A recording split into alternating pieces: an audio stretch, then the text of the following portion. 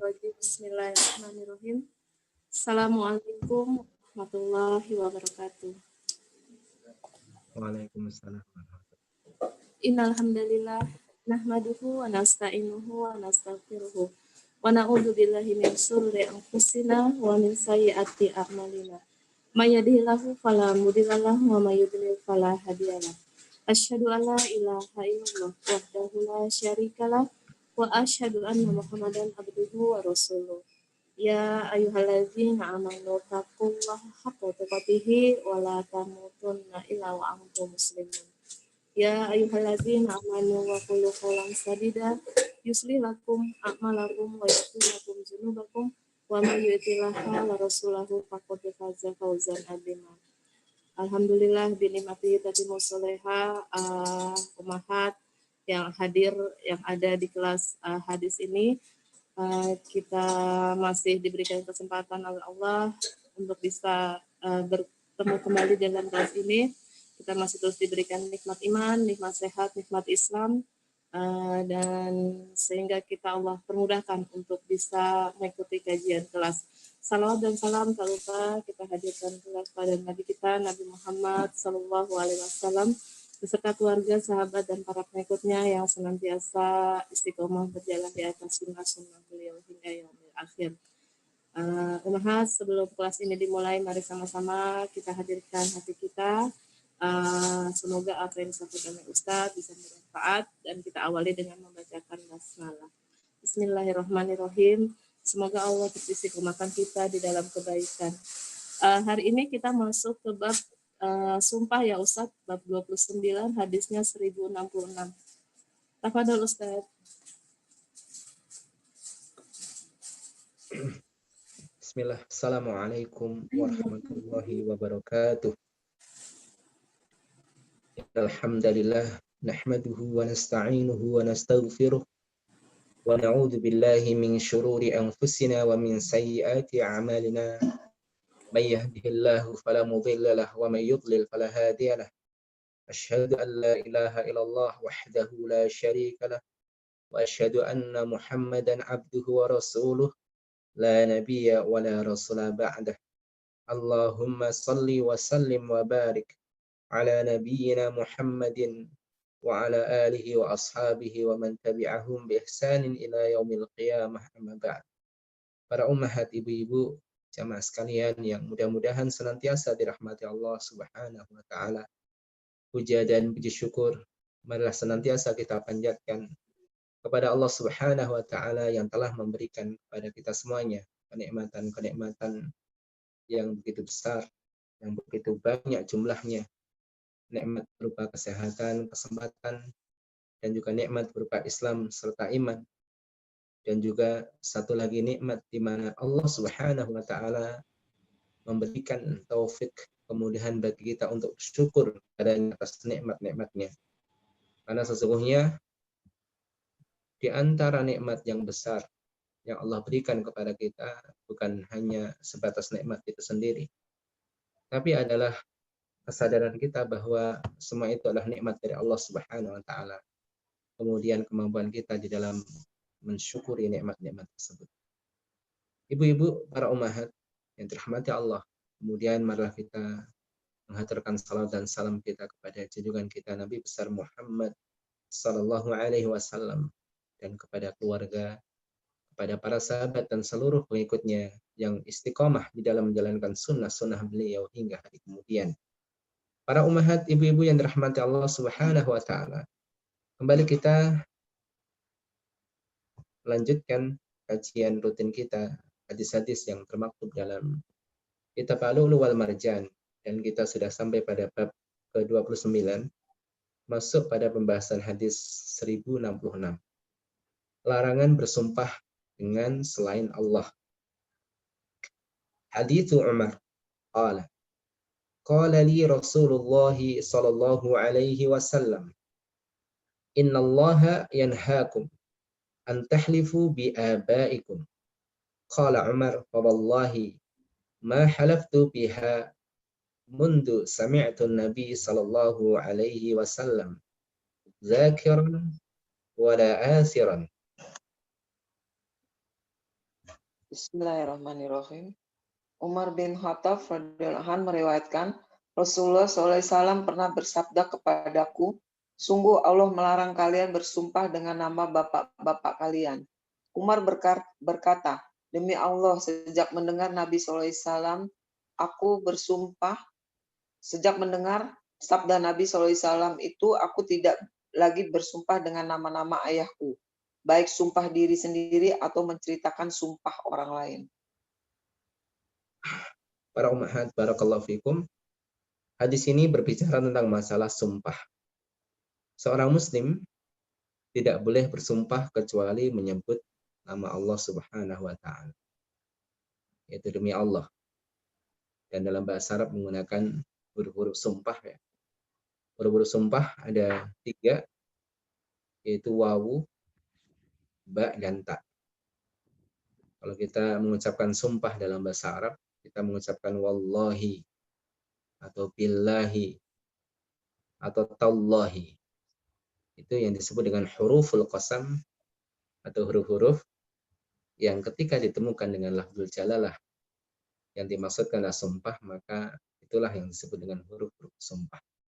Seorang muslim tidak boleh bersumpah kecuali dengan menyebut nama Allah Subhanahu wa taala. Karena ketika seorang muslim bersumpah menyebut nama selain Allah Subhanahu wa taala, maka inilah kesyirikan. Dia terjatuh dalam kesyirikan. Apakah syirik akbar atau syirik asghar? Apakah syirik besar atau syirik kecil? Ini tergantung daripada keyakinan. Jadi i'tiqad ataupun keyakinan ternyata memberikan pengaruh pada satu amaliyah seseorang. Ketika seseorang bersumpah dengan nama selain Allah, demi bapaknya, demi ibunya, demi langit, demi bumi, ataupun demi makhluk-makhluk yang Allah ciptakan, kemudian dia meyakini bahwasanya nama-nama yang ia jadikan sumpah itu bisa memberikan manfaat dan madarat, maka dia telah jatuh pada syirik akbar. Tetapi jika dia bersumpah dengan menyebut nama-nama selain Allah Subhanahu wa taala, sedangkan dia tetap meyakini bahwa Allah Subhanahu wa taala adalah zat yang memberikan manfaat dan madarat, bukan benda-benda tersebut, maka ia telah terjatuh pada syirkun asghar, syirik kecil. Karena syirik besar dan syirik kecil di sini ada beberapa perbedaan para ummahat, yaitu diantaranya syirik besar bisa menghancurkan seluruh amal ibadah seseorang. Amal yang dia lakukan seluruhnya batal. 99% dia melakukan ketaatan, taqarrub ibadah kepada Allah Subhanahu wa taala. Namun 1% dia lakukan dalam rangka syirik kepada Allah Subhanahu wa taala, maka yang 1% itu menghancurkan 99% yang lain. Ini syirik akbar. In asyrakta la yahbatanna 'amaluka wa la takunanna minal khasirin. Allah berfirman kepada nabinya, ini Nabi Muhammad sallallahu alaihi wasallam, orang yang terbaik. Tetapi walaupun demikian Allah Subhanahu wa taala mengingatkan akan rasulnya, la in asyrakta, jika engkau menyekutukan aku wahai Muhammad, la yahbatanna 'amaluka, maka niscaya akan batal, akan terhapus amal-amalmu, wala takunanna minal khasirin, maka niscaya kamu akan menjadi orang yang merugi. Kemudian barakallahu fikum, syirik akbar selain membatalkan amal-amal soleh, dia menjadikan pelakunya bisa keluar dari Islam. Maka di antara amaliyah yang membatalkan Islam seseorang adalah asyirkul akbar, yaitu perbuatan syirik akbar. Maka ini perlu kita hati-hati, ibu-ibu. Kita harus mengenal apa saja syirik akbar. Karena syirik di sini bermacam-macam ya. Maksudnya bermacam-macam bentuknya. Syirik akbar itu banyak macam contohnya. Maka yang paling penting kita mengilmui itu sendiri. Artinya mengilmui itu dahulu, memahami apa itu tauhid, apa itu syirik, supaya seseorang tidak terjatuh dalam kesyirikan. Karena kesyirikan, syirkul akbar, itu bisa menjadikan orang keluar dari Islam. Jadi kalau ada seorang muslim kemudian terjatuh pada syirik akbar, kemudian sudah ditegakkan hujah, sudah diberikan nasihat, kemudian kalau dia jahil, dihilangkan kejahilannya. Kalau dia salah takwil, kemudian diluruskan salah takwilnya, maka ia bisa keluar dari Islam karena perbuatan syirik tersebut. Kemudian juga bahaya yang ketiga dari syirik akbar adalah bahwasanya perbuatan syirik akbar mengekalkan pelakunya di dalam neraka. Ini syirik akbar. Makanya Berbeda dengan syirik kecil, ibu-ibu. Kalau syirik kecil, pertama, dia tidak menghapus seluruh amal, namun dia menghapus amalan yang terdapat di dalamnya kesyirikan tersebut. Misalnya contoh daripada syirik kecil a'riya, yaitu perasaan ingin dipuji oleh manusia dalam amal saleh. Motivasinya adalah pujian manusia. Ketika dia melaksanakan salat dengan harapan seperti itu, maka rusaklah salatnya, tapi tidak merusak amaliyah-amaliyah yang lain. Kemudian syirik kecil tidak mengeluarkan pelakunya dari Islam. Yang ketiga, syirik kecil tidak mengekalkan pelakunya di dalam neraka. Ya, baik para fikum, ini juga mengajarkan kepada kita bahwasanya akidah Ahlussunnah wal Jamaah adalah meyakini bahwasanya ada di antara mereka orang-orang yang masuk neraka namun tidak kekal di dalamnya. Ini berbeda dengan keyakinan beberapa sekte yang lain seperti Khawarij dan Mu'tazilah. Kedua golongan ini meyakini bahwasanya pelaku dosa besar kalau sudah masuk neraka maka kekal di dalamnya selama-lamanya. Para fikum, ibu-ibu yang dirahmati Allah Subhanahu wa taala, jadi di antara kebiasaan masyarakat jahiliyah bersumpah dengan menyebut nama selain Allah Subhanahu wa taala. Menyebut nama bapaknya, ibunya, atau menyebut hal-hal yang lain. Ya. Menyebut hal-hal yang lain. Tapi barakallahu fikum, kemudian terkait masalah sumpah ini tentunya para makhluk berbeda dengan Sang Khalik. Kalau Sang Khalik Allah Subhanahu wa taala berhak bersumpah dengan menyebut nama apapun dari makhluknya. Sebagaimana kita dapatkan dalam beberapa surat di dalam Al-Quran, di awal-awal surat khususnya Allah Subhanahu wa taala bersumpah dengan waktu asar wal asri, dengan waktu duha wal duha, malam wal lail. Itu adalah sumpah Allah Subhanahu wa taala. Allah berhak bersumpah dengan menyebut apapun dari nama-nama makhluknya. Baik ibu-ibu, kita lanjutkan pada hadis berikutnya 1067. Hadis Ibnu Umar annahu adraka Umar bin Khattab fi rabbin wa huwa yahlifu bi abihi fanadahum Rasulullah sallallahu alaihi wasallam ala innallaha yanhaakum an tahlifu bi abaikum faman kana halifan falyahlif billah wa illa falyasmut. Akan dibaca. Bismillahirrahmanirrahim.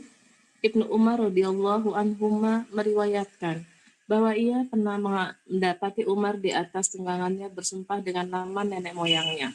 Rasulullah SAW pun menyeru kepada orang-orang, sesungguhnya Allah telah melarang kalian bersumpah dengan nama bapak-bapak kalian. Barang siapa bersumpah, hendaklah bersumpah dengan nama Allah, atau kalau tidak, lebih baik ia diam. Ya, ini sama dengan hadis sebelumnya, ya, perawi hadis Ibnu Umar. Sedangkan hadis yang sebelumnya adalah Umar, sama saja Ibnu Umar menceritakan tentang ayahnya itu Umar bin Khattab radhiyallahu anhu, yaitu terkait dengan apa-apa yang pernah terjadi pada zaman jahiliyah di mana beliau radhiyallahu anhu bersumpah menyebut nama orang tuanya, ya, menyebut nama orang tuanya, nenek moyangnya. Karena biasanya sumpah itu pengagungan, makanya tidak boleh orang itu mengagungkan dalam bentuk sumpah menyebut nama selain Allah Subhanahu wa taala. Ini perlu diingatkan ibu-ibu kita dan keluarga kaum muslimin supaya berhati-hati. Dan sampai seseorang melakukan perbuatan yang sangat luar biasa ancamannya, tetapi dia tidak menyadarinya. Maka penting sekali mendasari jadi seseorang dengan ilmu yang mendalam dalam agama ini. Ini adalah jalan keselamatan. Maka dari itu dalam surat Al-Asr sendiri ketika Allah bersumpah dengan waktu, wal asri, Allah menyampaikan tentang hakikat manusia, sungguh mereka berada dalam kerugian. Kecuali mereka-mereka yang disebutkan oleh Allah Subhanahu wa taala.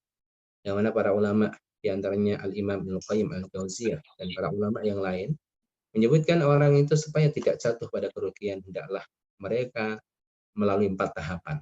Tahapan yang pertama adalah ilmu. Ini paling penting. Makanya orang mengerti mana yang halal, mana yang haram, mana yang perintah, mana yang larangan, mana yang baik, mana yang buruk, itu dengan ilmu, bukan pakai perasaan. Ilmu itu bersumber kepada Al-Quran, kepada As-Sunnah, hadis-hadis Rasulullah Sallallahu Alaihi Wasallam. Ini ilmu. Maka penting ilmu itu di dalam beragamanya seseorang. Jangan sampai seseorang beragama namun jauh daripada ilmu, sehingga yang haram kemudian diterjang, yang halal malah diharamkan, yang baik dianggap buruk, dan sebaliknya yang buruk dianggap baik. Ini adalah musibah. Baru tahapan kedua adalah al-amal. Seseorang dituntut untuk mengamalkan ilmunya. Karena ilmu yang diwariskan oleh para nabi bukan hanya sekedar maklumat, Namun Nabi selain mewariskan ilmu juga mewariskan amal. Nabi Muhammad SAW mencontohkan langsung bagaimana beramal di tengah-tengah manusia. Kemudian tahapan yang ketiga adalah ad-da'wah. Nasrul khair, menyebarkan kebaikan, berdakwah, menyampaikan kebaikan kepada manusia. Lalu yang keempat adalah as-sabru, bagaimana seseorang melazimi kesabaran, walaupun level ini sesungguhnya tidak berdiri sendiri, karena ketika tahapan yang disebutkan tadi, masing-masing menunjukkan, masing-masing membutuhkan yang namanya modal kesabaran, as-sabru, sabar dalam thalabul ilmi, sabar dalam mengamalkan amal saleh, dan sabar dalam berdakwah, sabar dalam menebarkan kebaikan. Ibu-ibu yang dirahmati Allah Subhanahu wa taala, jadi hadis ini mengajarkan kita untuk supaya hati-hati, tidak boleh bersumpah menyebut nama selain Allah Subhanahu wa taala. Kemudian kalau menyebut nama Allah bagus, tetapi bukan berarti kita diajarkan untuk banyak bersumpah, sedikit-sedikit sumpah. Apalagi seorang pedagang. Seorang pedagang itu makruh hukumnya bersumpah. Bukan bersumpah ya Ibu, banyak bersumpah. Seorang pedagang itu makruh walaupun dia jujur. Walaupun dia jujur, sesungguhnya dia makruh. Dikit-dikit bersumpah demi Allah, harganya sekian. Ini seakan-akan menjadikan Allah itu sebagai barang penglaris. Kalau sudah menyebut nama Allah, kemudian orang itu tertarik. Jadi seakan-akan supaya untuk menarik barangnya, ya barang dagangnya itu dia banyak bersumpah dengan nama Allah Subhanahu wa taala. Ini makruh. Kalau dia bohong, itu dosa besar. Lalu pertanyaannya, manakah dosa yang lebih besar? Orang yang bersumpah dengan nama Allah namun bohong, ataupun orang yang bersumpah menyebut nama selain Allah tapi dia jujur? Ini dijawab oleh para sahabat, di antaranya adalah Al-Imam bin Mas'ud radhiyallahu anhu, beliau mengatakan, aku bersumpah dengan nama Allah di atas kebohongan lebih aku sukai dibandingkan aku bersumpah dengan nama selain Allah tapi jujur. Kenapa seperti ini Ibu-ibu? Karena sesungguhnya berdusta, ya misalnya orang bersumpah dengan nama Allah tapi dia bohong, dia melakukan dosa besar. Tapi kalau dia menyebut nama selain Allah dalam sumpahnya, dia melakukan dosa syirik. Maka para ulama sepakat bahwasanya jenis dosa syirik secara umum itu lebih besar dibandingkan dosa besar itu sendiri. Barakallahu fikum, para ummahat, ibu-ibu yang dirahmati Allah Subhanahu wa taala. Kita lanjutkan kembali hadis 1068. Siapa yang terlanjur bersumpah dengan Lata dan Unsa, hendaklah ia segera mengucapkan la ilaha illallah. Hadis Abi Hurairah radhiyallahu anhu qala qala Rasulullah sallallahu alaihi wasallam man halafa faqala fi halifihi wal lat wal unsa falyaqul la ilaha illallah wa man qala li sahibihi ta'al uqamirka falyatasaddaq. Bismillah. Abu Hurairah radhiyallahu anhu berkata, Rasulullah SAW bersabda, barang siapa yang bersumpah dan berkata demi Lata dan Uzza, hendaknya ia mengatakan la ilaha illallah. Dan barang siapa berkata kepada sahabatnya, kemarilah saya berjudi denganmu, maka hendaknya ia bersedekah. Iya, ibu-ibu yang dirahmati Allah Subhanahu wa taala. Hadis ini menjelaskan tentang masalah kafarat. Kafarat itu adalah konsekuensi berupa denda yang sebagaimana kita pahami ada namanya kafarat maliyah, ada sifatnya kafarat yang maliyah atau amaliyah. Di sini seseorang ketika terpleset lisannya bersumpah dengan menyebut nama selain Allah Subhanahu wa taala, maka hendaknya dia mengucapkan la ilaha illallah. Seakan-akan imannya batal. Karena kita nggak ngerti memang apakah dia menyebut nama selain Allah itu dengan pengagungan dalam hatinya atau tidak. Karena naudzubillah min dzalik, kalau diiringi dengan pengagungan di dalam hatinya itu merupakan syirik akbar. Kalau tidak maka masuknya syirik kecil. Walaupun syirik kecil ini juga dosanya besar, bahkan sebagian ulama mengatakan yang tidak diampuni di dalam dosa adalah dosa syirik akbar dan masuk di dalamnya syirik kecil. Karena dalam ayat itu kan sifatnya umum. Innallaha la yaghfiru ayyushraka bihi wa yaghfiru ma duna dzalika liman yasha. Sesungguhnya Allah Subhanahu wa taala tidak mengampuni dosa syirik. Di situ tidak disebutkan akbar atau asghar, tapi umum. Dan Allah mengampuni dosa-dosa yang lebih kecil daripada dosa syirik. bagi siapapun yang dikehendakinya. Maka pendapat sebagian ulama mengatakan dosa syirik kecil pun pada dasarnya tidak diampuni oleh Allah kecuali dia bertaubat sebelumnya. Ada yang mengatakan bahwasanya dosa syirik kecil itu berbeda dengan syirik akbar, yaitu diampuni oleh Allah Subhanahu wa taala. Karena ayat tersebut walaupun sifatnya umum, namun maksudnya adalah pengkhususan. Ayat tersebut berbicara tentang syirik akbar. Sehingga syirik kecil itu diampuni oleh Allah Subhanahu wa taala. Ada juga sebagian ulama mengatakan syirik kecil itu tinggal status seseorang. Kalau kebaikannya lebih dominan, maka syirik kecilnya diampuni oleh Allah Subhanahu wa taala. Tetapi kalau keburukannya dominan, maka syirik kecilnya tidak diampuni oleh Allah Subhanahu wa taala. Ini ya ibu-ibu, maka hati-hati. Kita perbanyak zikir ya, khususnya la ilaha illallah. Afdalu dzikri ya annahu la ilaha illallah. Zikir yang paling afdal adalah kalimat la ilaha illallah. Itu sebagai kafarat, sebagai tebusan kesilapan seseorang. Karena apa ibu? Karena kesalahannya sifatnya adalah lisan. Ini kita bisa perhatikan. Karena kalau seseorang itu tobatnya itu sesuai dengan kesalahannya. Kata Syekhul Islam Ibnu Taimiyah, fahuwa aqwa fil mahwi. Sesungguhnya dia itu lebih kuat di dalam menghapusnya. Maka kalau kesalahannya lisan, misalnya orang suka mencaci, berkata kotor, atau dalam hal ini bersumpah dengan menyebut nama selain Allah, maka kafaratnya terkait dengan lisan. Yaitu banyak istighfar dia, dan kemudian dalam hal ini mengucapkan la ilaha illallah. Kemudian yang selanjutnya, orang yang mengajak judi sahabatnya. Judi biasanya terkait dengan harta. Maka kafaratnya adalah sedekah. Walaupun di sini kita tidak dapatkan wajib atau tidaknya, ini anjuran. Ya, anjuran bahwasanya orang itu bertobat sesuai dengan dosa yang pernah dilakukan. Kalau sifatnya adalah fisik, maka tobatnya adalah fisik. Itu lebih utama dan lebih kuat di dalam menghapus dosa yang pernah dilakukan. Kalau dosanya lisan, diiringi dengan tobat lisan. Persis tadi orang yang terpleset lisannya dalam mengucapkan sumpah dan menyebut nama selain Allah, maka hendaklah dia mengucapkan la ilaha illallah. Mudah-mudahan dosanya diampuni oleh Allah Subhanahu wa taala. Kemudian kalau orang salah dalam masalah harta, ngajak judi orang, hendaklah dia bersedekah, mudah-mudahan dia diampuni oleh Allah Subhanahu wa taala. Baik, para ummahat yang dirahmati Allah Subhanahu wa taala, kita baca hadis berikutnya. Hadis nomor 1069. Menebus sumpah dan mengerjakan yang lebih baik dari sumpahnya. Hadisnya cukup panjang, kami bacakan ibu-ibu. Hadisu Abi Musa radhiyallahu anhu qala, arsalani ashabi ila Rasulillah sallallahu alaihi wasallam. As'aluhul humlana lahum idhum ma'ahu fi jaisyil usra wa hiya ghazwatu Tabuk. Faqultu ya Nabi Allah, inna ashabi arsaluni ilaika litahmilahum. Faqala wallahi la ahmilukum ala syai'in.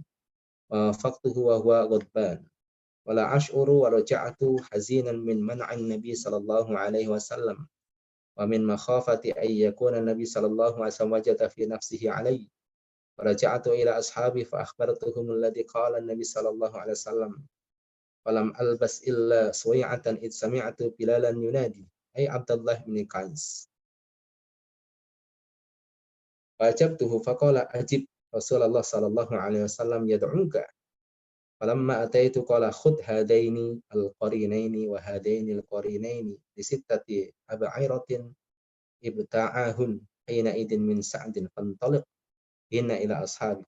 Faqul inna allaha qala inna allaha aw qala inna Rasulullah sallallahu alaihi wasallam yahmilukum ala haula farkabuhun fantalaqtu ilaihim bihinna. Faqultu inna nabi sallallahu alaihi wasallam yahmilukum ala haula walakinni wallahi la ada'ukum hatta yantalika ma'i ba'dukum ila man sami'a maqalat Rasulillah sallallahu alaihi wasallam. La tadhunnu anni haddathtukum syai'an lam yaqulhu Rasulullah sallallahu alaihi wasallam. Faqalu li innaka indana la musaddaqun wa la naf'alanna ma ahbabta. Antalaqa Abu Musa bin nafar minhum hatta ataw alladhina sami'u qawla Rasulillah sallallahu alaihi wasallam an'ahu iyyahum thumma yata'ahum ba'd wa haddatsuhum bimisli ma haddatsahum bihi Abu Musa. Silahkan dibaca. Bismillahirrahmanirrahim. Abu Musa radhiyallahu anhu berkata, para sahabatku mengutusku menemui Rasulullah sallallahu alaihi wasallam untuk meminta darinya sejumlah hewan tunggangan karena mereka ikut bersama Rasulullah sallallahu alaihi wasallam dalam pasukan Usra, yaitu perang Tabuk. Aku berkata, wahai Rasulullah, para sahabatku meminta Anda memberi mereka hewan tunggangan. Nabi Shallallahu Alaihi Wasallam bersabda, "Demi Allah, kalian tidak perlu mengendarai apapun." Itu terjadi ketika aku menemui Nabi Shallallahu Alaihi Wasallam dalam keadaan marah dan aku tidak mengetahuinya. Maka dengan perasaan sedih karena penolakan itu, aku kembali dan dengan perasaan takut kalau Rasulullah Shallallahu Alaihi Wasallam akan marah kepadaku. Aku pun kembali menemui para sahabatku dan memberitahukan apa yang terjadi. Tak lama kemudian, aku mendengar Bilal memanggilku. "Wahai Abdullah bin Qais," aku menyahuti panggilannya. Bilal berkata, "Rasulullah SAW memanggilmu, temuilah beliau." Ketika aku berjumpa dengan Nabi SAW, beliau berkata, "Ambillah 2 unta ini dan 2 unta ini," seraya menunjuk 6 ekor unta yang dibawa Nabi SAW dari Sa'ad. Kemudian Nabi SAW bersabda, "Bawalah unta-unta itu kepada sahabatmu dan katakanlah bahwa Allah atau Rasulullah SAW mengizinkanmu mengendarainya. Jadi kendarailah." Aku pun membawa unta-unta itu kepada mereka dan aku katakan, "Nabi SAW mengizinkan kalian mengendarai unta-unta ini. Aku tidak akan meninggalkan kalian hingga sebagian dari kalian ikut bersamaku menemui seseorang yang mendengarkan perkataan Nabi SAW. Jangan kalian kira aku mengatakan sesuatu yang tidak dikatakan Rasulullah SAW. Mereka berkata kepadaku, menurut kami, kamu benar, dan kami akan melakukan apa yang kamu inginkan." Abu Musa lalu berangkat bersama sebagian dari mereka menemui orang-orang yang mendengar langsung perkataan Rasulullah SAW. Dan ternyata mereka mengatakan hal yang sama sebagaimana yang dikatakan oleh Abu Musa. Iya, ibu-ibu yang dirahmati Allah, ini satu kisah ya terkait dengan peristiwa Tabuk yang terjadi pada tahun 9 Hijriah, yaitu perangan termasuk adalah perang terakhir, perang-perang terakhir yang dilakukan oleh Rasulullah SAW, walaupun pada waktu itu belum terjadi perang. Rencananya adalah peperangan melawan orang-orang Romawi, di mana Rasulullah SAW memerintahkan seluruh sahabat laki-laki yang mampu, tidak ada halangan untuk semuanya keluar berangkat. Padahal pada waktu itu adalah pada masa-masa susah, ya, pada terik yang sangat panas, dan pada waktu itu juga yaitu masa-masa panen raya. Jadi 2 penghalang yang terkumpul pada satu kondisi, yaitu pada musim yang sangat panas sekali sehingga orang melakukan perjalanan itu sangat payah, dan kemudian kurma lagi masak-masaknya. Sebagian sahabat tidak memiliki kendaraan, meminta kepada Rasulullah SAW untuk supaya ya, bisa membawa mereka menuju ke Tabuk. Ya, di mana Rasulullah SAW, Allahu a'lam bishawab, ya, dari hadis ini ada dialog antara Rasulullah dan seorang sahabat, yaitu Abu Musa al-Asy'ari radhiyallahu anhu, bincang-bincang dengan Nabi Muhammad SAW, meminta supaya mengangkut teman-temannya guna berangkat ke medan Tabuk. Tapi awalnya ditolak oleh Rasulullah SAW dan mengatakan, "Wallahi tidak, aku tidak akan bawa kalian." Lalu terlihat wajahnya marah. Tapi kemudian Rasulullah SAW meralatnya dan Rasulullah memberikan yang terbaik, menyiapkan 2 kendaraan untuk mengangkut para sahabat Abu Musa al-Asy'ari radhiyallahu anhu. Dan perlu dipahami ya ibu-ibu, bahwasanya sumpah itu ada sumpah yang diakui karena memang orang itu niatnya sumpah. Tapi ada orang yang sumpahnya itu tidak diakui. Jadi sebagaimana kebiasaan orang-orang Arab sampai hari ini, dikit-dikit wallahi, wallahi, wallahi. Jadi dia memakan aja pakai sumpah Allah. Wallahi innahu sa'bun. Demi Allah, ini ada sulit misalnya. Maka sumpah-sumpah yang kemudian jadi majrul lisan, jadi sering meluncur dari lisan seseorang yang dia maksudkan bukan sumpah, maka itu tidak dianggap sumpah dan diringankan menurut pandangan syariat, sehingga orang tidak terkena daripada kafarat sumpah ketika seseorang melanggar. Tapi kita tidak perlu kemudian latah ikut-ikutan kebiasaan orang Arab sampai hari ini, yaitu sedikit-sedikit sumpah, walaupun yang dimaksudkan adalah bukan sumpah, tetapi memang itulah bahasa mereka ya, sedikit-sedikit mengucapkan wallahi. Tapi barakallahu fikum, hadis ini juga memberikan pelajaran bagaimana ketaatan mereka, para sahabat ridwanullah alaihim ajma'in, kepada perintah Allah, kepada perintah Rasulnya, terutama dalam jihad fisabilillah. Apalagi jihad fisabilillah di sini adalah merupakan barometer ukuran seseorang itu mukmin atau munafik. Kalau orang itu diperintahkan sholat, orang-orang munafik juga sholat. Ya. Diperintahkan berjihad, ya sebagian orang munafik berjihad. Tapi di sini yang paling berat, filterisasi itu adalah dalam jihad fisabilillah. Terbukti dalam perang Uhud ada 300-an orang yang kemudian mundur, resesi ya dari pasukan, tidak ikut lanjut bersama para sahabat, para mujahid yang akan bertempur melawan orang-orang kafir Quraisy. Dan juga pada perang Tabuk, banyak para munafik itu beralasan kepada Nabi Muhammad SAW. Akhirnya Nabi mengizinkan sesuai dengan alasan yang mereka sampaikan. Makanya Nabi Muhammad itu walaupun seorang Nabi yang mendapatkan wahyu, ngerti mana yang jujur, mana yang bohong, tapi seseorang itu memang dihukumi atau diperintahkan untuk menghukumi seseorang sesuai dengan zahirnya. Tidak perlu kita menelisik ya, apa sih sesungguhnya, tetapi al-hukmu bidh-dhahir, kita menghukumi seseorang sesuai dengan zahirnya.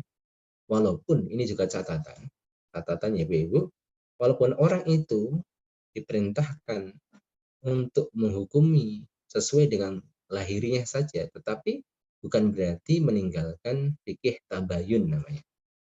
Bukan berarti meninggalkan fikih tabayun. Tabayun itu klarifikasi, benar nggak sih? Gitu ya. Kalau orang si fulan meninggalkan sholat gimana? Na'udzubillah min dzalik, meninggalkan sholat dosa besar. Bahkan sebagian ulama itu adalah kekufuran, itu bisa mengkafirkan seseorang. Si fulannya, iya. Kemudian jangan sampai kemudian, oh berarti kayak jelas seperti itu. Jangan bilang jelas, tetapi klarifikasi apakah berita itu benar atau tidak. Jadi betul-betul hari ini kita susah membedakan mana berita benar, mana berita hoax. Ya betul-betul hoax itu sudah menjadi polusi yang kemudian mengendap di pikiran banyak orang. Sedikit-sedikit ya hoax, ya kemudian ikut menebarkannya. Hati-hati, jangan mudah kita share sesuatu berita yang belum jelas ya. Kita sendiri belum yakin kalau itu benar. Ya tahan dulu tangan kita, ya, tahan dulu tangan kita, lisan kita, ya, tangan kita, lisan kita untuk menebarkan sesuatu yang kita sendiri belum yakin akan kebenaran. Rasulullah SAW menyampaikan, kafa bil mar'i kadziban ayuhadditsa bi kulli ma sami. Cukup seseorang itu dinyatakan berdusta ketika dia menyampaikan setiap yang dia benar.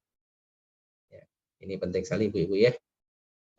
Pertama memang kita menghukumi seseorang sesuai dengan zahirnya, tapi tidak menafikan yang namanya fikih tabayun. Kita tabayun, benar nggak sih?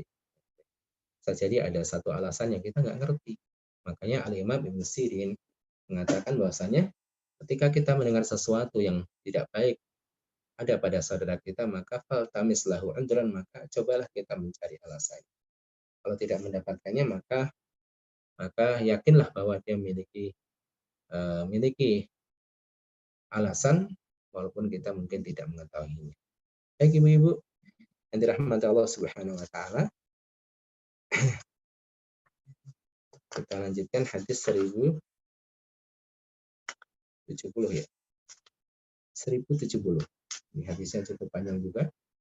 Hadis Abi Musa an Zahdamin qala kunna 'inda Abi Musa fa utiya dzakara dajajatan wa 'indahu rajulun min bani Taimillah Ahmar ka'annahu minal mawali wa da'ahu li ta'ami fa qala inni ra'aituhu ya'kulu syai'an fa qadirtuhu fa halaftu la akul fa qala halumma fala uhaddiskum an dzalika inni ataitu Nabi sallallahu alaihi wasallam fi nafarin minal asy'ariyyin nastahmilu fa qala wallahi la ahmilukum ama indi ma ahmilukum wa utiya Rasulullah sallallahu alaihi wasallam bi nahbi ibil fasala'anna fa qala aina an-nafar al-asy'ariyuna fa amara lana bi khamsi dawtin غري الزرع فلما انطلقنا قلنا ما صنعنا لا يبالغ لنا ورجعنا إليه فقلنا إنا سألناك أن تحملنا فحلفت ألا تحملنا أفنسيت قال لست أنا حملتكم ولكن الله حملكم وإني والله إن شاء الله لا أحلف على يمين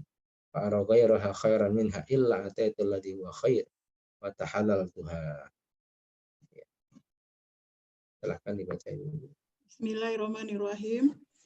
Zahdam bercerita, kami pernah berada di sisi Abu Musa ketika ia diberi seekor ayam jantan, dan saat itu di sampingnya ada seorang dari Bani Taimilah yang berkulit merah. Nampaknya ia orang asing, non-Arab. Abu Musa mengundangnya untuk makan. Jahdam berkata, sungguh aku lihat dia memakan sesuatu hingga aku merasa jijik dan bersumpah untuk tidak akan ikut makan. Abu Musa berkata, kemarilah, karena aku akan bercerita kepada kalian tentang masalah ini. Aku pernah menemui Nabi Shallallahu Alaihi Wasallam bersama rombongan Asy'ariyin untuk meminta kepada beliau agar menyertakan kami dalam perang dan bagian ghanimah. Maka beliau berkata, demi Allah, aku tidak dapat menyertakan kalian dan aku pun tidak punya kendaraan untuk membawa kalian. Kemudian Rasulullah SAW diberi ghanimah berupa unta. Lalu beliau menanyakan kami, mana rombongan Al-Asy'ariyin tadi? Beliau lantas memberi kami sejumlah unta putih yang paling baik. Ketika kami hendak berangkat pulang, kami berkata, apa yang telah kita lakukan ini tidak berkah. Akhirnya kami kembali kepada beliau, lalu kami katakan, kami telah meminta kepada Anda agar menyertakan kami, dan Anda telah bersumpah untuk tidak menyertakan kami. Apakah Anda lupa? Beliau menjawab, bukan aku yang menyertakan kalian, tetapi Allah, dan sungguh, demi Allah, jika Allah menghendaki, tidaklah aku bersumpah. Lalu aku lihat ada sesuatu yang lebih baik darinya, melainkan aku akan ambil yang lebih baik itu, dan kubayar kafarat sumpahku. Baik, para ummahat yang dirahmati Allah Subhanahu wa taala. Dan sini sama dengan sebelumnya. Kalau orang bersumpah kemudian dia melihat yang lebih baik, maka hendaklah dia batalkan sumpahnya dan dia kafarat. Kafarat sumpah sudah kita sampaikan Ibu. Ada ingat surat apa? Al-Maidah.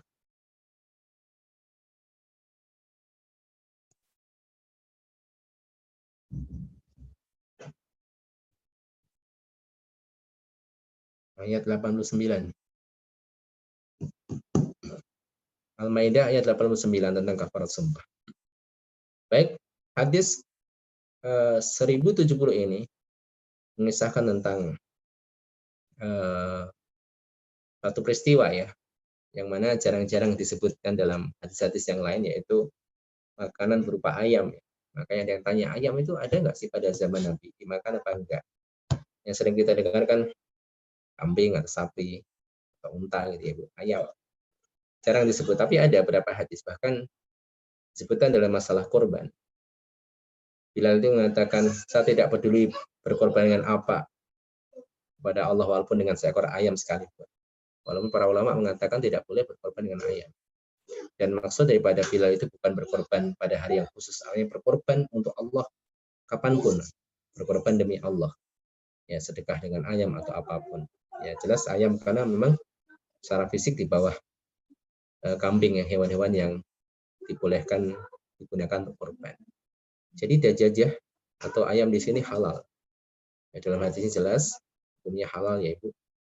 Makanya apakah ada dalam hadis disebutkan? Ada di sini. Ini hadis penting terkait dengan hal ini, yaitu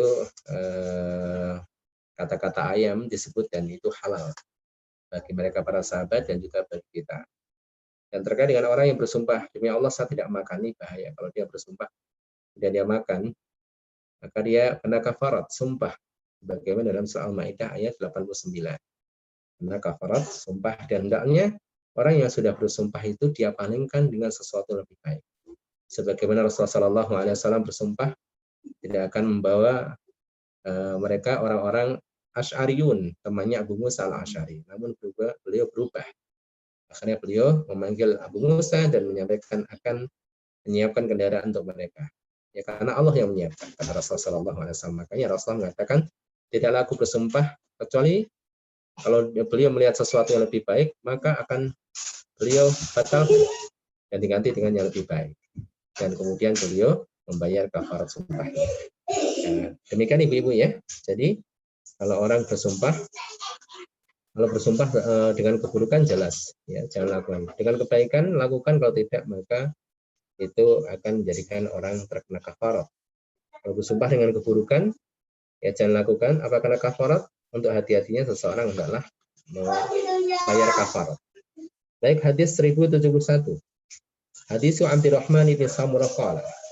Qala Nabi sallallahu alaihi wasallam, ya Abdurrahman ibn Samurata, la tas'alil imar, fa innaka in utitaha an mas'alatin wakilta ilaiha, wa utitaha min ghairi mas'alatin u'inta 'alaiha, wa idza halafta 'ala yaminin wa ra'aita ghairaha khairan minha fakafir an yaminika wa atilati huwa khair.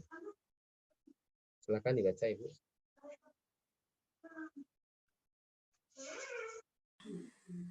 Bismillahirrahmanirrahim. Abdurrahman bin Samurah radhiyallahu anhu berkata, Nabi Shallallahu alaihi wasallam bersabda, wahai Abdurrahman bin Samurah, janganlah kamu meminta jabatan, sebab jika engkau diberi jabatan karena meminta, kamu akan ditelantarkan. Jika kamu diberi dengan tidak meminta, kamu akan ditolong. Dan jika kamu bersumpah, kemudian melihat sesuatu yang lebih baik dari yang kau sumpahkan, bayarlah kafarat. Sumpahmu dan lakukanlah yang lebih baik. Baik ibu-ibu yang dirahmati Allah Subhanahu wa taala. Hadis ini memberikan pelajaran terkhusus terkait dengan masalah mengganti sumpah. Yang sebelumnya terkait dengan masalah jabatan, kedudukan, ya. Kedudukan di sini adalah kedudukan dalam masalah imar pemerintahan, bukan kedudukan dalam agama, ya Bu, menjadi orang alim, menjadi ini ya, misalnya imam atau apa, menjadi seorang guru agama. Ini masalah ada kedudukan di dalam imar pemerintahan, maka hukumnya itu makruh meminta jabatan. Bahkan ancamannya apa? Kalau orang itu minta jabatan, ini pesan Nabi Muhammad SAW kepada Abdurrahman bin Samurah, jangan meminta jabatan. Karena kalau minta jabatan di situ, itu wakil ta'ilaiha, maka akan dibiarkan, diberikan kepada, masa dibebankan pada orang tersebut, tidak ditolong oleh Allah Subhanahu wa taala. Tapi kalau orang tidak minta jabatan, maka ketika dia dipilih, maka Allah akan menolongnya. Di sini ya Bu, barakallahu fikum. Jadi meminta jabatan dalam pemerintahan, dalam dunia politik kekuasaan itu hukumnya makruh. Hukumnya makruh, tidak disukai oleh syariat. Ya. Karena jabatan itu amanah. Walaupun hari ini lebih dominan ke arah ya, ke arah profesi, bukan amanah ya. Profesinya apa gitu? Oh, profesinya presiden, oh, profesinya gubernur. Padahal itu ada amanah berat. Karena kalau kita bertanggung jawab tentang 4 orang, kita bertanggung jawab dalam kepemimpinan kita itu ada 4 orang, maka 4 orang itu akan menjadi tanggungan kita. Kita akan ditanya. Seorang bapak akan ditanya tanggung jawabnya anak-anaknya, istrinya. Seorang wanita akan diminta tanggung jawab akan anak-anaknya, bagaimana dia membantu suaminya untuk mentarbiyah anak-anaknya dan lain sebagainya. Kalau seorang berkuasa satu tempat, rakyatnya ada 1000, maka 1000 orang itu akan menjadi tanggungannya. Maka nggak main-main itu. Ketika seorang rakyat itu lapar, sedangkan ada hak dia. Apalagi kalau kita lihat undang-undang kita negara Indonesia ini, bahwa semua kekayaan negara, ya, daratannya, lautannya, semua yang dimiliki itu memang adalah milik negara dan digunakan untuk rakyat.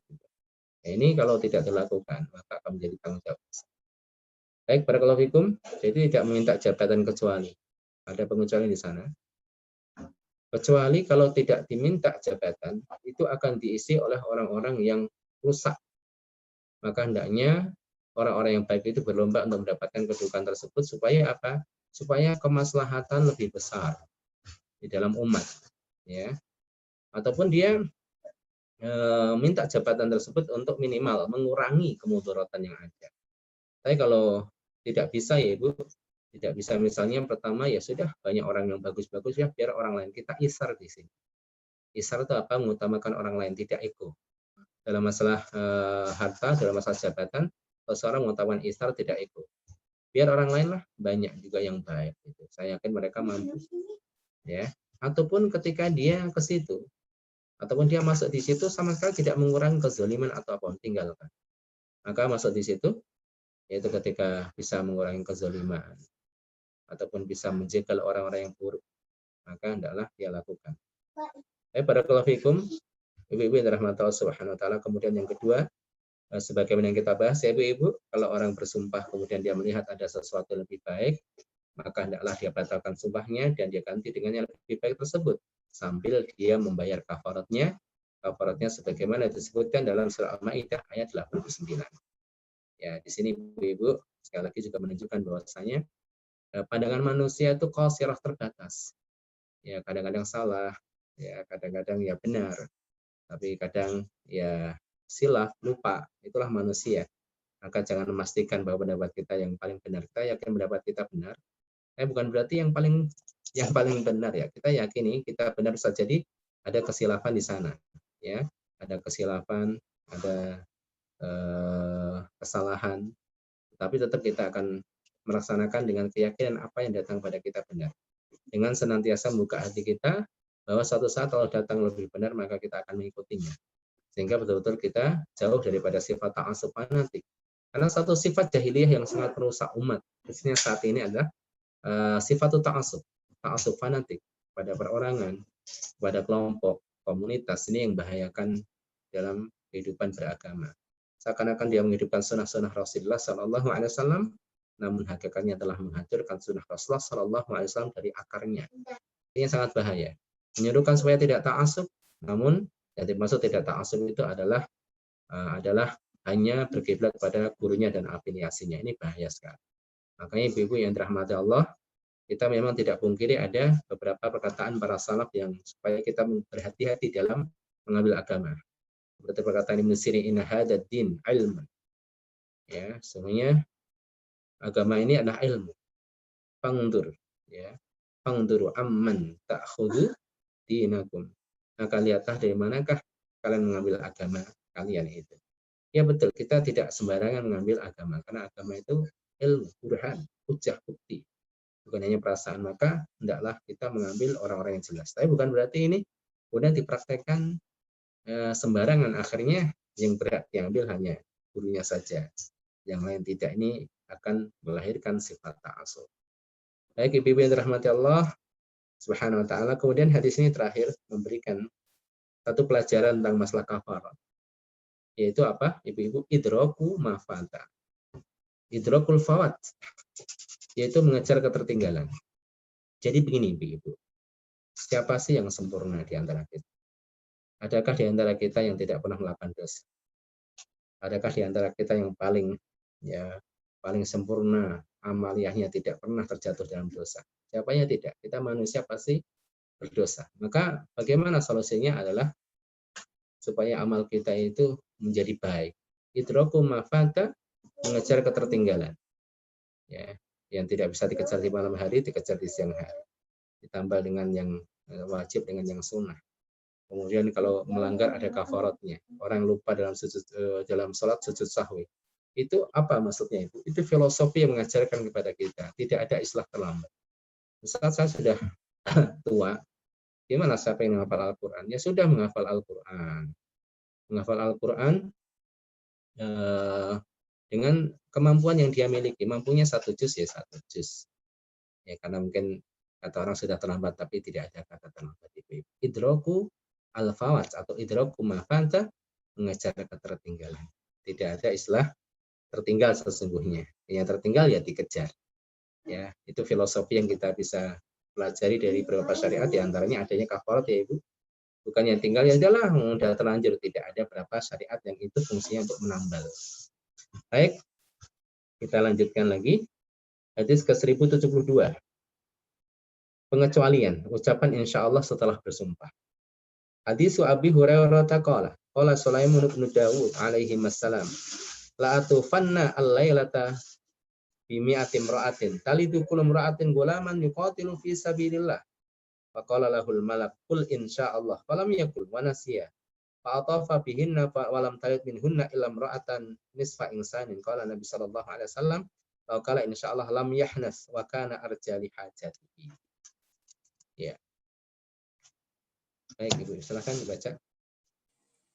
Bismillahirrahmanirrahim.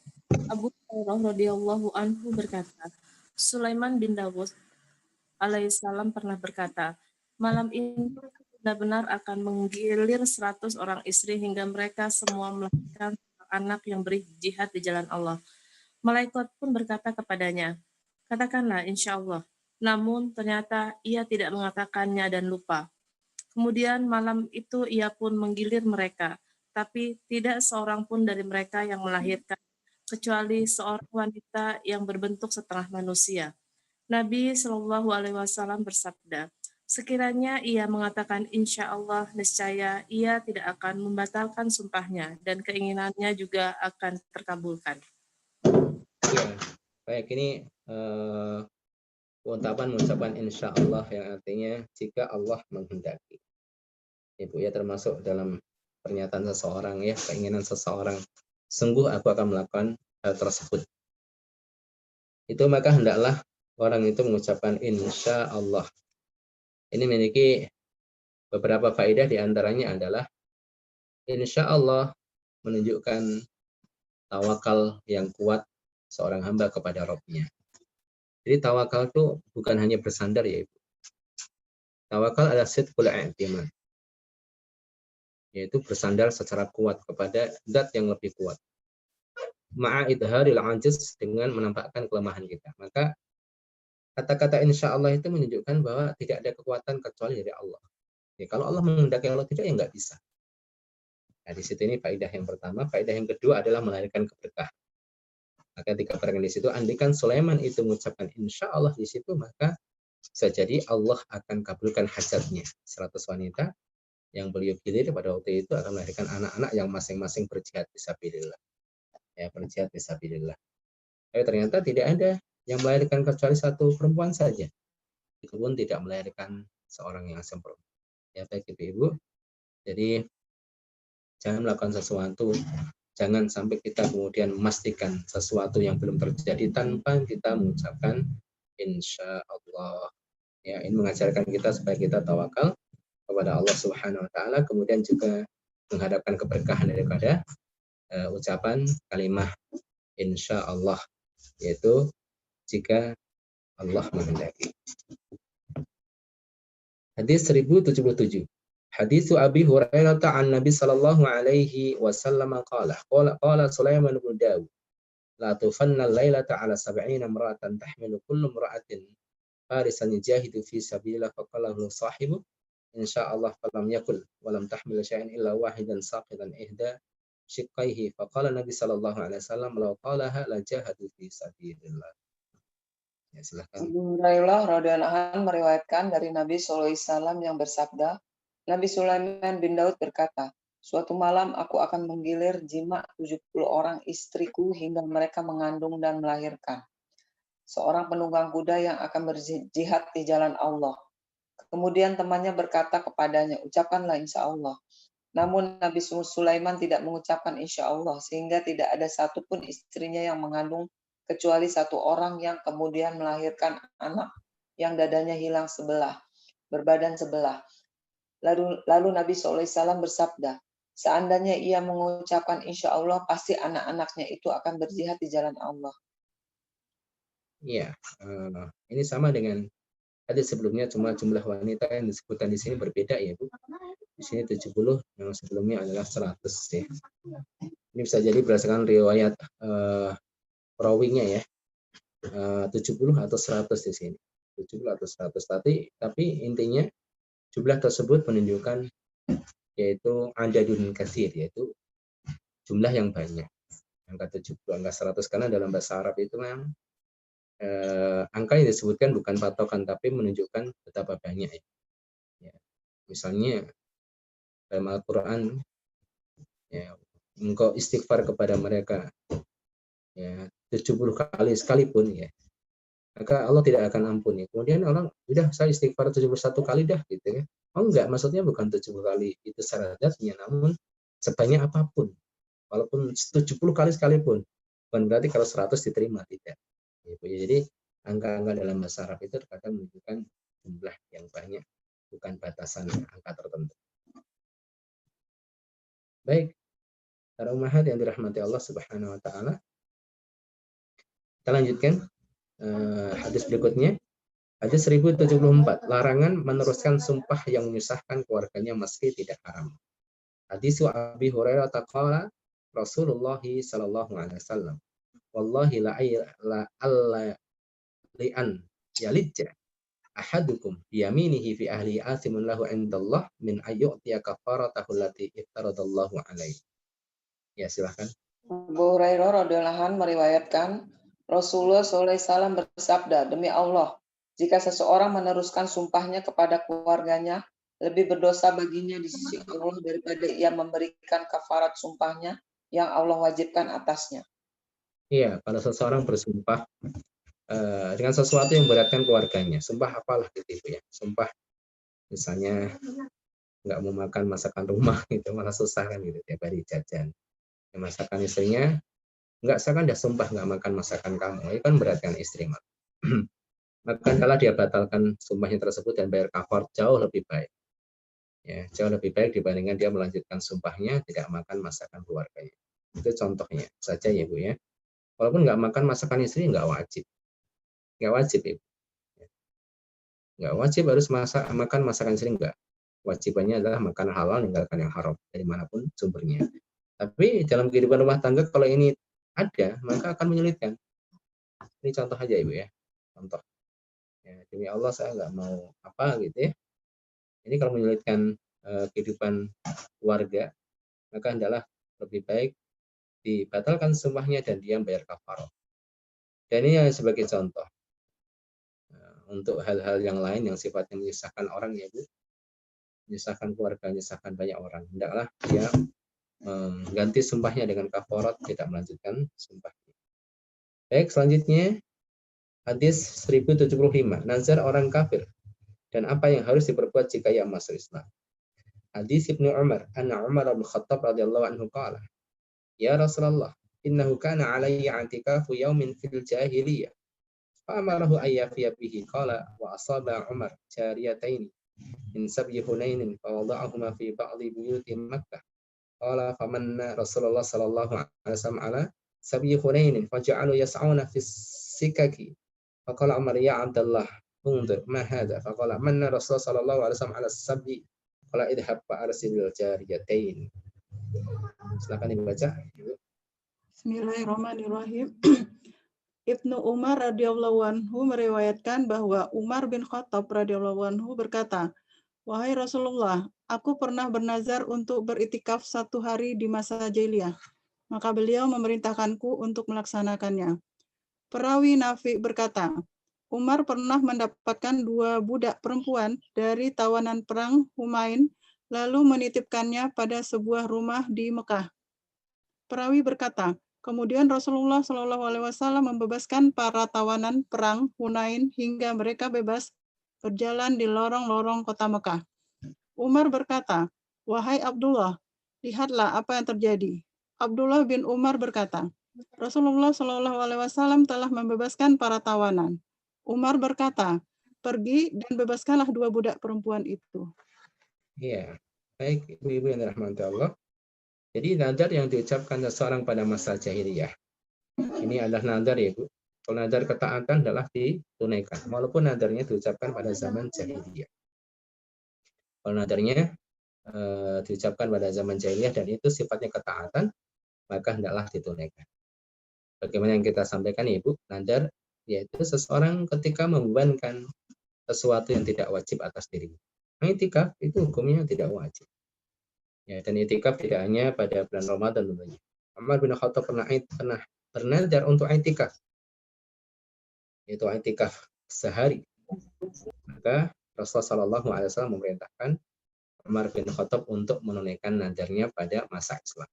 Jadi kalau ada orang yang dulu pada zaman jahiliyah bernadar atau masa belum Islam bernadar gitu ya, pengen puasa, maka hendaklah dia menunaikan nadarnya, kalau tidak dia bayar kafar.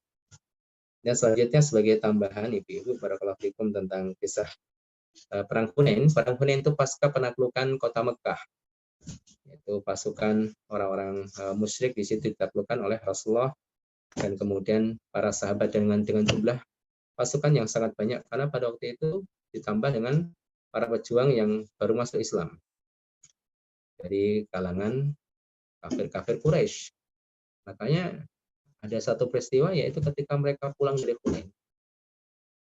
Itu para sahabat yang baru masuk Islam. Karena ya, kita itu hadis wa'adin bil Islam, kita itu baru masuk Islam. Nah, ketika itu melewati sebuah pohon bidara. Yang mana pohon bidara itu disebut dengan Datu Anwat. Datu Anwat namanya. Yang biasanya orang-orang kafir itu akan menggantungkan jatah mereka di pohon-pohon tersebut supaya diberkahi, mendapatkan barokah pohon tersebut. Kemudian para sahabat yang baru masuk Islam itu minta pada Rasulullah, ij'alana data anwatin kama lahum datu anwat. Buatkan untuk kami ya Rasulullah datu anwat sebagaimana mereka punya datu anwat. Kemudian Rasulullah mengucapkan Allahu Akbar. Demi Allah, sungguh kalian mengucapkan seperti ucapan kaumnya Nabi Musa pada Musa, ij'alana ilahan kama lahum ali. Buatkan Tuhan untuk kami sebagaimana mereka memiliki Tuhan-Tuhan, wahai Musa. Atar kabun nasanana mangkana qablakum, sungguh kalian akan mengikuti jalan kebiasaan orang-orang sebelum kalian. Ya. Jadi kaum muslim berhasil memenangkan perang tersebut. Kemudian masing-masing mendapatkan tawanan, mendapatkan bagiannya, tapi Rasulullah SAW membebaskan banyak orang di situ. Sampai Umar bin Khattab menanyakan perihal apa yang terjadi. Ternyata Rasulullah SAW membebaskan tawanan-tawanan perang, dan itu diikuti oleh Umar bin Khattab radhiyallahu anhu. Padahal kalau itu diambil Umar ya nggak masalah karena sudah jatahnya Umar. Tapi Umar membebaskan 2 budak wanita. Tawanan perang otomatis menjadi budak ibu. Pada zaman dahulu seperti itu ketika masih ada perang. Zaman sekarang tidak ada. Kalau akhir zaman kemudian nanti meletus perang ya sangat mungkin terjadi karena masalah fikih, masalah terkait dengan hamba sahaya ini tidak dihapus, masih ada. Ya. Jadi seorang laki-laki boleh mendatangi, maksudnya berhubungan badan dengan hamba sahaya wanita yang tidak bersuami ya ibu ya, tidak bersuami. Ya, kemudian nanti kalau misalnya hamil dan melahirkan anak seperti apa statusnya itu akan dibahas. Makanya insya Allah setelah ini kita akan bahas tentang masalah hamba sahaya dan beberapa fikih yang terkait dengannya. Coba kita baca dulu satu hadis sebagai pemanasan untuk pembahasan masalah hamba sahaya atau budak. Ancaman keras bagi orang yang menuduh budaknya berzina. Hadis ke-1076. Hadis Abi Hurairah radhiyallahu anhu qala, sami'tu Abul Qasim sallallahu alaihi wasallam yaqul, man qadafa mamlukahu wa huwa bari'un mimma qala julida yaumal qiyamah illa ay yakuna kama qala. Silakan dibaca.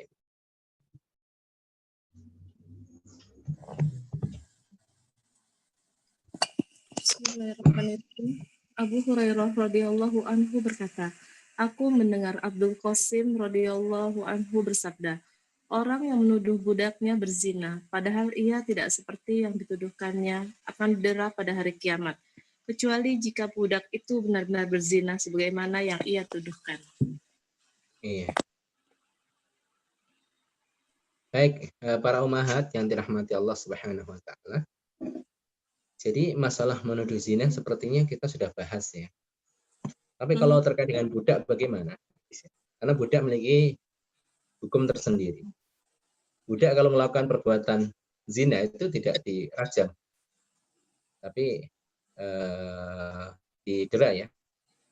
Andaikan dia didera pun itu hukumannya separuh, harusnya 80 jadi 40. Lalu orang merdeka itu tidak dikisas karena perbuatan dia terhadap budak. Ada seorang merdeka bunuh budak ya, dia kenanya dia tidak ganti kisas. Kenapa seperti itu? Sudah fikihnya Ibu. Karena memang hamba sahaya itu seduduknya beda dengan orang merdeka, bahkan dalam kewajiban sekalipun. Seperti Jumatan juga nggak wajib. Haji nggak wajib, lama statusnya masih hamba sahaya. Tapi bukan berarti kesempatan pahala nggak dapat, bahkan kesempatan pahalanya luar biasa ketika dia berkhidmah secara baik dengan majikannya. Dan pahala 2 kan, pahala ibadah pada Allah dan pahala khidmah pada majikan. Lalu kalau orang merdeka, majikan seorang majikan itu menuduh budaknya melakukan perbuatan zina, maka majikannya tidak didera, tidak dicambuk. Tapi kalau itu tuduhan, benar-benar tuduhan nggak ada buktinya, maka akan dicambuk di akhirat. Karena kedudukan hakikatnya itu yang tahu hanya Allah, tidak dibedakan antara merdeka dan budak di sisi Allah. Secara fikihnya dibedakan Ibu, maka secara fikih itu beda memang kan, perempuan malah laki-laki beda. Tapi yang membedakan laki-laki dan perempuan di sisi Allah ya takwanya. Tapi fikihnya secara dunia ya memang beda, laki-laki dan wanita. Anak kecil yang belum balik bagaimana dia melaksanakan haji, hukumnya sah atau tidak, itu sudah dibahas. Ya, tapi barakallahu fikum, intinya apapun status seseorang jangan meremehkan status orang yang mungkin di bawah kita, ya Ibu. Kita nggak tahu, bisa jadi orang itu lebih mulia dibandingkan kita di sisi Allah Subhanahu wa taala. Ya, jadi tidak ada kesombongan, kita bunuh kesombongan kita ya. Maka Umar bin Khattab itu berlatih untuk membunuh kesombongan. Jadi kesombongan itu satu virus yang bahaya yang perlu dibunuh ya. Tidak hanya virus corona saja, tapi virus kiber, kesombongan itu. Sampai suatu saat Umar bin Khattab itu memikul ataupun mengusung tempat air ya, ditaruh di atas kepalanya, taruh di namanya kirbah atau apa gitu ya. Sampai seorang sahabat bertanya, wahai Amrul Mukminin, kenapa engkau lakukan ini? Enggak pantas Amrul Mukminin. Biar katanya, biar aku bunuh kesombongan dalam hati. Nah, kadang-kadang ya untuk membunuh kesombongan itu kita mengerjakan sesuatu yang mungkin kita malu gitu. Kita malu, padahal itu halal gitu ya. Misalnya, oh masa sih saya ini gitu ya. Dan saya mencoba beberapa hal gitu ya. Oh iya, memang seperti ini ya. Membunuh kesombongan seperti ini gitu. Itu bisa dicoba supaya betul-betul kita tidak memandang remeh orang lain. Betul-betul kesombongan itu hilang dari diri. Baik Ibu, saya kira cukup pertemuan kita pada kesempatan pagi hari ini. Insya Allah pertemuan yang akan datang kita akan bahas tentang masalah milkul yamin ya. Perbudakan sekaligus kita jawab tentang masalah berhubungan laki-laki wanita antara majikan dengan budaknya seperti apa fikihnya gitu nanti kita bahas.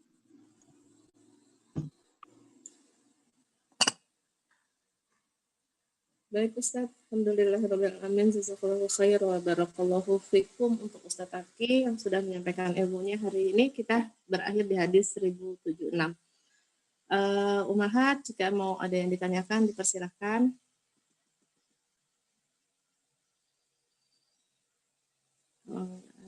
Ustadz, saya tanya ya Ustadz, adakah tuntunannya Ustadz, jika kita misalnya takziah nih Ustadz, kadang ada beberapa Ustadz nih yang menanyakan ke kita sebagai saksi, kalau si mayat ini orang baik atau bukan, itu ada tuntunannya nggak ya Ustadz ya? Iya kan? Saya kesaksi. Ya apa namanya? Gimana ada tuh, hadisnya, ada hadisnya, tetapi bukan berarti kesaksian itu dipaksa ya. Kesaksian itu ya bukan orang mukmin. Kita nggak tahu bersaksi. Iya betul. Kadang kan ada hadisnya memang kalau orang mayat yang baik itu seperti apa ya Rasulullah? Yaitu ketika orang-orang mukmin berkata dia baik. Mayat yang buruk tuh seperti apa ya Rasulullah? Ketika orang mukmin mengatakan dia jelek gitu. Mungkin ngambil dari situ ya, ngambil dari situ sehingga orang-orang nggak ngerti pun suruh bersaksi. Betul makanya. Berarti memang ada hadisnya ya Ustadz ya? Ada hadisnya, tapi ya bukan diperintahkan untuk bersaksi, tapi penggambaran dari Rasulullah SAW bahwa mayat yang baik adalah mereka orang-orang yang mendapatkan kesaksian baik daripada orang-orang mukmin. Maksudnya kesaksian yang oh ya itu Allah orang baik insya Allah. Kalau banyak bersaksi seperti itu, insya Allah dia benar-benar baik. Gitu. Bukan kita datang nggak ngerti apa-apa, ini baik gitu kan. Khair ya, Allah alam seperti itu saya belum mendapatkan. Iya. Iya. Baik, Ustaz khair. Mungkin teman-teman yang lain kalau memang ada yang mau ditanyakan, dipersilahkan. Mbak Asih, saya boleh bertanya? Mbak Erlina, iya Mbak, tafadhol. Iya, Ustadz, Assalamualaikum Ustadz. Ustadz, saya minta contohnya Ustadz, tadi mungkin saya kurang menyimak dengan baik yang tentang ini Ustadz, jika bersumpah kemudian melihat sesuatu yang lebih baik, maka sumpahnya itu ganti dengan kafarat, itu contohnya seperti apa ya Ustadz? Mungkin contoh dalam keseharian Ustadz, seperti itu. Iya. Saya belum nangkep gitu Ustadz. Oh iya, baik Ibu. Khair. Kalau dalam hadis yang secara definitif tadi kan sumpahnya Rasul untuk tidak mengangkut teman-temannya Abu Musa al-Asy'ari ya untuk berangkat ke Tabuk. Tidak mengangkut karena bisa jadi keterbatasan kendaraan. Tapi Rasulullah memakai sumpah wallahi gitu ya. Tapi ternyata ada, ya sudah diangkut. Itu contoh yang disebutkan dalam hadis. Kemudian tadi ada pembahasan hadis terkait dengan orang yang bersumpah ketika menyulitkan, memberatkan keluarganya, maka hendaklah dia jangan lanjutkan sumpahnya. Saya kasih contoh ya Ibu ya, misalnya seseorang yang bersumpah, saya nggak akan makan, demi Allah saya nggak akan makan masakan istri gitu kan. Masakan istri, ya itu bisa jadi nggak baik karena istrinya mungkin ya pengen dimakan ya masakannya, walaupun mungkin keluarga itu sering mungkin makannya di luar atau catering atau apa gitu ya. Itu contoh saja Ibu. Artinya kalau orang bersumpah menyulitkan orang lain atau apa, maka hendaklah dia menggantinya dengan kafarat dan tidak melanjutkan sumpahnya. Udahlah saya makan apa sajalah gitu. Ngapain sumpah nyusahin diri dan orang lain. Ya gitu ya Ibu ya. Jadi itu sifatnya mubah. Kalau sifatnya dosa jelas harus tidak dilanjutkan. Demi Allah saya akan beli khamr, ngapain? Jadi orang bersumpah dengan sesuatu yang mubah, seperti Rasulullah bersumpah. Demi Allah saya nggak akan ngangkut kalian karena nggak ada kendaraan gitu. Dan itu sah-sah saja, bukan kewajiban Nabi untuk menyediakan gitu loh. Ya, itu contoh dalam hadis. Kalau contoh yang saya berikan tadi kan itu Ibu sumpah seorang suami atau sumpah seorang istri atau apa yang kemudian menyulitkan dirinya dan orang lain.